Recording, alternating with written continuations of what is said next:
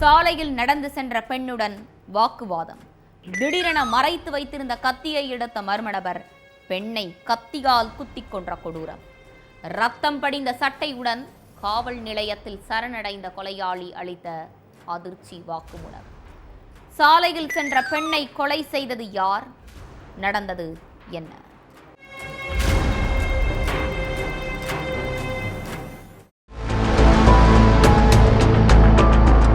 காஞ்சி கோவில் ரோட்ல பெண் ஒருத்தவங்க நடந்து போயிட்டு இருந்திருக்காங்க.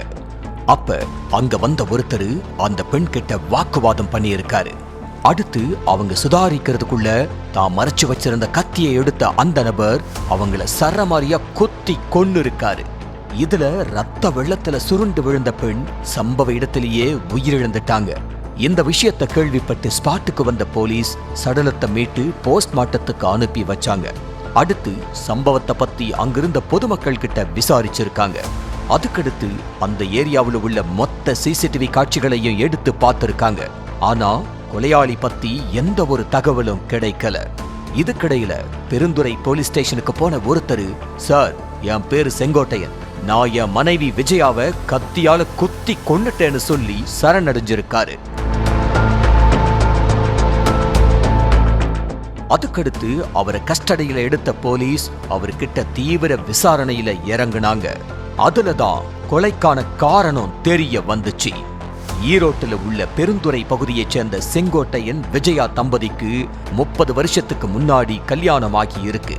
முதல் 4 வருஷம் மட்டும் நல்லபடியா வாழ்ந்துட்டு இருந்த இந்த தம்பதிக்குள்ள கருத்து வேறுபாடு ஏற்பட ஆரம்பிச்சிருக்கு. அதே மாதிரி எந்த நேரமும் இவங்களுக்குள்ள சண்டையும் சச்சரவுமாவே இருந்திருக்கு.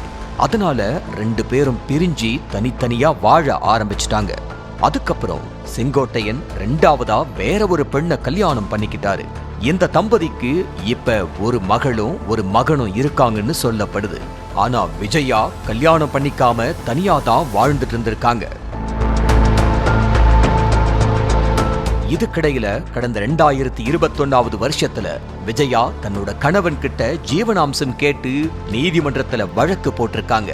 இந்த வழக்க விசாரிச்ச பெருந்துறை சார்பு நீதிமன்றம் விஜயாவிற்கு ஜீவனாம்சமா 3,81,000 ரூபாயும் மாசம் 4,500 ரூபாயும் கொடுக்கணும்னு தீர்ப்பளிச்சிருக்கு.